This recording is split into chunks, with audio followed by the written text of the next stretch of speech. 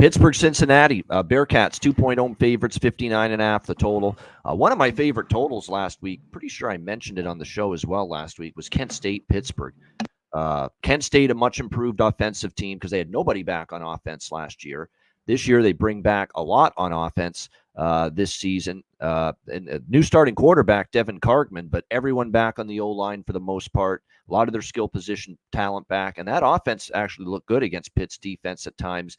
But I thought the Pitt offense, how would they transition to this new up-tempo offense under Cade Bell, the son of Kerwin Bell, who's the head coach of Western Carolina and former CFL quarterback. And, boy, they look good, Pittsburgh on offense, with Eli Holstein, the new quarterback for Pitt this year.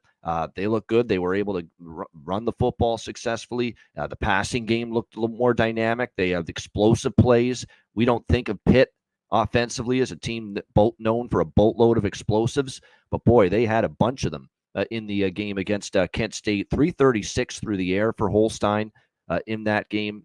They got 145 rushing yards from Desmond Reed, who was outstanding. It was a great balanced attack, 201 on the ground, 369 through the air, playing at a fast pace.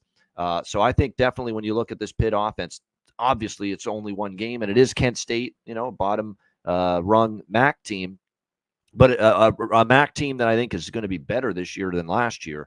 Still a very impressive performance to put up 55 points. It'll be interesting to see how they fare here against definitely a tougher opponent, Cincinnati, even though I've got my concerns about Cincinnati.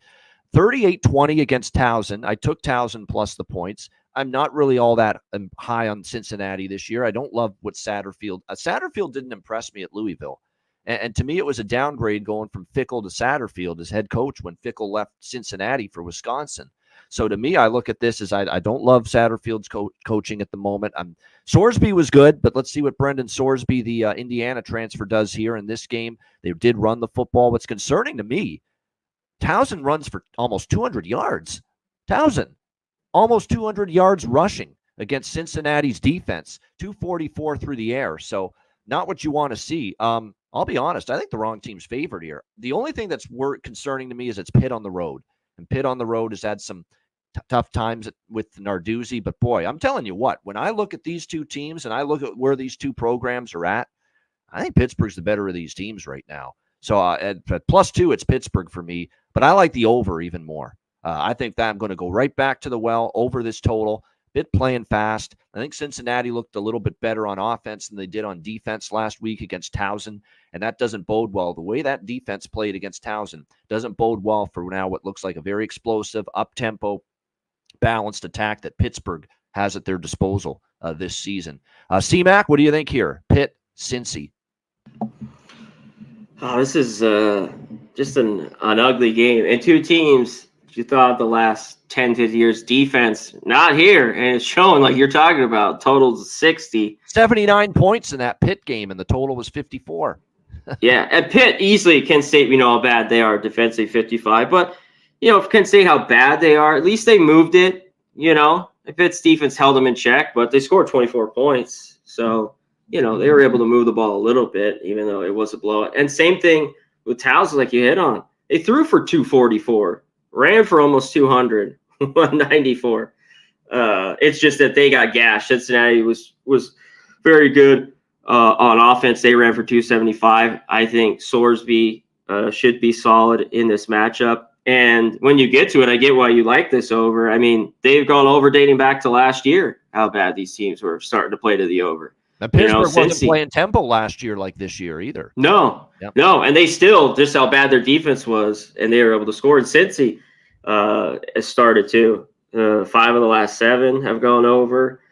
And I think this one could. I mean, the line's pretty, I think, sharp here at 60, but I think we get here in this game. Tough on the sides. I just don't know enough of these two teams. Just seeing Pitt a little bit, Cincy in this week too.